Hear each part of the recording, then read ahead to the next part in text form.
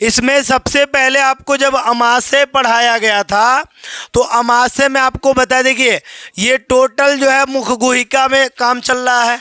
हम ना मानव में पोषण पढ़े। मानव में पोषण कैसे होता है तो दो प्रकार से होता है, एक होता है आहार नाल से और एक होता है पाचक ग्रंथियाँ। अभी सारा आहार नाल वाला बात पढ़ रहे हैं। आहार नाल में आपने मुख गुहिका पढ़ा, उसमें आप ग्रसिका पढ़े ना ये सारा। उसी में तीसरे नंबर पे कौन है, अमाशय है। अब देखिए अमाशय करता क्या है तो यह लगभग 25 सेमी लंबा आहार नाल का सबसे चौड़ा थैलीनुमा भाग होता है।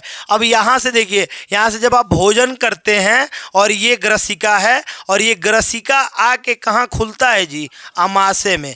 यही वाला भाग क्या है, अमाशय है। यही वाला भाग क्या है, अमाशय है। तो अगर आपसे पूछा जाए कि ग्रसिका आके कहाँ खुलता है, अमाशय में खुलता है। कहाँ खुलता है, अमाशय में खुलता है। और जो कि किस आकार का होता है, जे के आकार का होता है। इसमें जठर ग्रंथियाँ पाई जाती है। कौन सी ग्रंथियाँ पाई जाती है, जठर ग्रंथियाँ, जो भोजन को पचाने में क्या करती हैं, सहायता करती हैं। यानी उसमें से भी भोजन में कुछ मिल जाता है, संकुचन जब भोजन हो जाता है उसमें ये जठर ग्रंथियाँ मिल जाती हैं और भोजन जो है पचने में क्या हो जाता है, सहायता हो जाता है। तो ये अब इसके कितने भाग होते हैं, 4 भाग पढ़ाया गया था इसका। चलिए कौन कौन बताइए, आप बताइए इसका।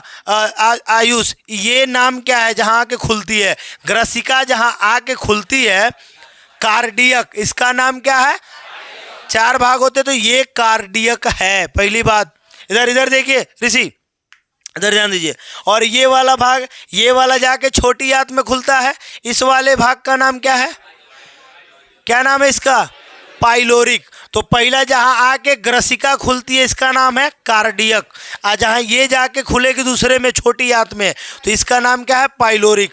अब बताइए ये वाला भाग क्या कहलाता है, ये वाला फंडिक, और लास्ट बीच वाला भाग क्या कहलाएगा, शेषांत्र। ये ना जो बचेगा उसके बाद तीनों के अतिरिक्त। इसमें देखिए, इसमें भी आपको यहाँ पे लिखवा दिया गया है कि कार्डियक भाग कौन होता है।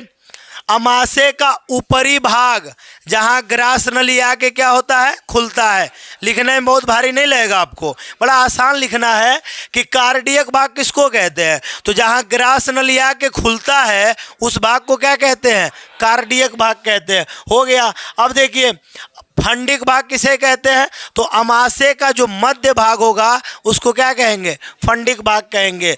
पाइलोरिक भाग किसको कहते हैं, इधर ध्यान दो, यह अमाशय का निचला भाग होता है। निचला माने अभी जाके कहाँ खुलेगा, छोटी आंत में, ठीक है। और इस भाग को क्या कहते हैं, अंतिम भाग भी है, पाइलोरिक भाग होता है। अब शेषाग्र भाग क्या है, उपरोक्त तीनों भागों के बाद जो बचेगा उसको हम क्या कहेंगे, शेषाग्र भाग कहेंगे। चलिए ये बात हो गया था। इसमें एक बार फिर से देख लीजिए, इसका नाम बताइए क्या होगा, अगर जो नाम पूछा जाए आपसे तो बोलिए। ये नाम क्या है, कार्डियक। ये नाम क्या है, पाइलोरिक। ये वाला भाग फंडिक होगा और ये वाला जो बचेगा शेषांत्र। तो यानी अमाशय कितने प्रकार के, 4 प्रकार के। चारों प्रकार का नाम हो गया, कार्डियक, पाइलोरिक, फंडिक और शेषांत्र। कोई दिक्कत है किसी को। और ये कहाँ से भोजन जब आ रहा है तो यहीं पे जाके, अब देखिए, अब बताइए आप, ये कहाँ जा रहा है, छोटी आंत में। छोटी आंत को पढ़ेंगे। छोटी आंत का मतलब क्या है, थोड़ा सा ध्यान देंगे। अब आ जाते हैं छोटी आंत के बारे में पढ़ते हैं। ये सब पढ़ा दिया गया है। बैठ जाओ बाबू, बैठ जाओ इधर आके, आगे आ जाओ। उन्हीं गोल गोल ना घूमो यार। हाँ बैठ जाओ, वहीं बैठ जाओ, बैग हटा के बैठ जाओ, जल्दी बैठो। छोटी आंत देख लीजिए, ये कल आप लिखे थे, समझाए नहीं थे ना, तो बस समझ लीजिए। छोटी आंत क्या है भाई, यह भोजन के पाचन और अवशोषण का मुख्य केंद्र है। यानी भोजन जब जाता है तो यहाँ भी वो पचने का माने काम होगा। यह लगभग 6 से 7 मीटर लंबी और 2.5 सेमी मतलब 2.5 सेमी की बात कर रहा है। इतना सेमी क्या होती है, चौड़ी होती है। यह अत्यधिक कुंडलित का मतलब एकदम मतलब नहीं होता कि ऐसे ऐसे जलेबी जैसे, समझ रहे हो ना, मैंने ये जलेबी जैसे पचौनी समझते हो ना, वही कुंडली नली होती है। इसमें अधिकतर भाग है रंसाकूर भाग पाए जाते हैं। ऋषि अमाशय, ऋषि इधर देखिए, अमाशय क्या होता है बताइए। भोजन का पाचन तो पूरा वहां से हो रहा है, मुख गुहिका से लेकर के अमाशय के कितने भाग होते हैं? भाग बस बताइए। कौन भाग? अभी पढ़ाए थे। ऊपर का कौन सर? नाम क्या है ऊपर वाले भाग? अभी तो पढ़ा रहे थे यार, आप ध्यान नहीं दे रहे। इधर इधर देखिए, बस इधर देखना है, नीचे नहीं देखना, ठीक है? हाँ इधर देखिए। अरे कुंडलित, सुनिए इधर ध्यान दीजिएगा, बात नहीं पीछे, इधर बाऊ पीछे बात न कीजिए। पाए जाते हैं जो भोजन के पाचन तथा अवशोषण के लिए सहायक होते हैं। अब देखिए सबसे बड़ी बात क्या है, मैं आपको फिर से बता रहा हूँ।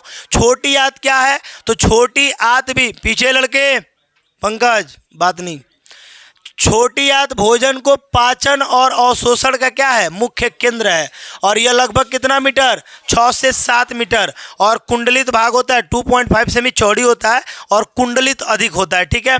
अब इसमें अधिकतर रंसाकुर भाग पाया जाता है। रंसाकुर मतलब रस स्रावित करता है चारों तरफ से, ताकि भोजन जल्दी जल्दी क्या हो जाए? पच जाए। अब ये सुनिए, अब कह रहा है भोजन के पाचन और अवशोषण के लिए सहायक होता है। भाई सहायक काम कर रहा है अपना। अब कह रहा है इसमें इसके कितने भाग होते हैं? 3 भाग। कल आपको तीनों भाग के बारे में पढ़ाया गया था, मध्यांतर शेषांतर ऐसे कुछ था ना पूरा। चलिए देखते हैं तीनों भाग के बारे में। अब देखिए, अच्छा इसमें जो है तीनों भाग दिख रहा है ना, हाँ ये सब है, समझ रहे हैं ना? अब देखिए पहला वाला दिखा रहे हैं आपको, ग्रहणी कौन है? ग्रहणी कौन है? यह लगभग 25 सेमी लंबा, कितना सेमी लंबा? सी आकार का, सी चाहे यू आकार का कह लीजिए, यह लगभग 25 सेमी लंबा सी अथवा यू आकार का होता है। इसमें पाचक एंजाइम्स होते हैं। कौन से एंजाइम होते हैं? पाचक। अब वो पाचक एंजाइम्स टोटल भोजन को स्रावित करके भोजन को पचाने का काम करते हैं। इधर देखो भाऊ, क्या हुआ?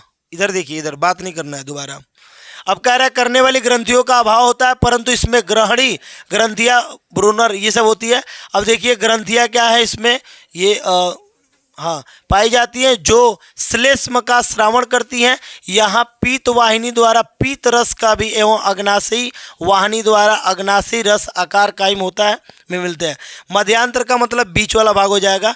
नीचे की ओर से ग्रहणी मध्यांतर में खुलती है, जो लगभग 2.4 मीटर लंबी कुंडलित नलिका होती है। इसका व्यास लगभग कितना होता है? 4 सेमी।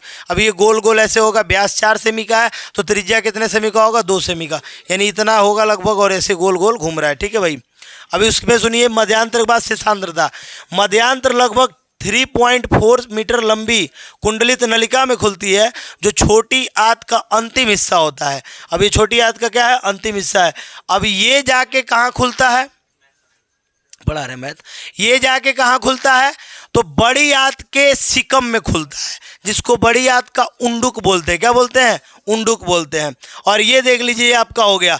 ये देखिए, बताइए ये वाला आकार कौन सा? सी के जैसा दिख रहा है, यू के जैसा भी दिख रहा है। तो ये छोटी आंत, सुनिए पहले, छोटी आंत जहाँ आके खुलती है, अरे बड़ी छोटी आंत जहाँ आके खुलती है, मैं क्या बोल रहा हूँ? छोटी आंत जहाँ आके खुलती है, बड़ी आंत वही ना है। तो ये किस आकार का होता है? सी अथवा यू के आकार का। और इसमें टोटल ये चीज़ें पढ़ाई गई है अभी आपको। 3 भाग होते हैं, ठीक है? बड़ी आंत आप लिखे हैं ना? सुनिए, बड़ी आंत लिख लिए सभी लोग? चलिए, बड़ी आंत में उंडुक, अच्छा बड़ी आंत नहीं लिखे हैं? चलिए जो लोग नहीं लिखे हैं बड़ी आंत लिखे, बड़ी आंत लिखे फटाक से।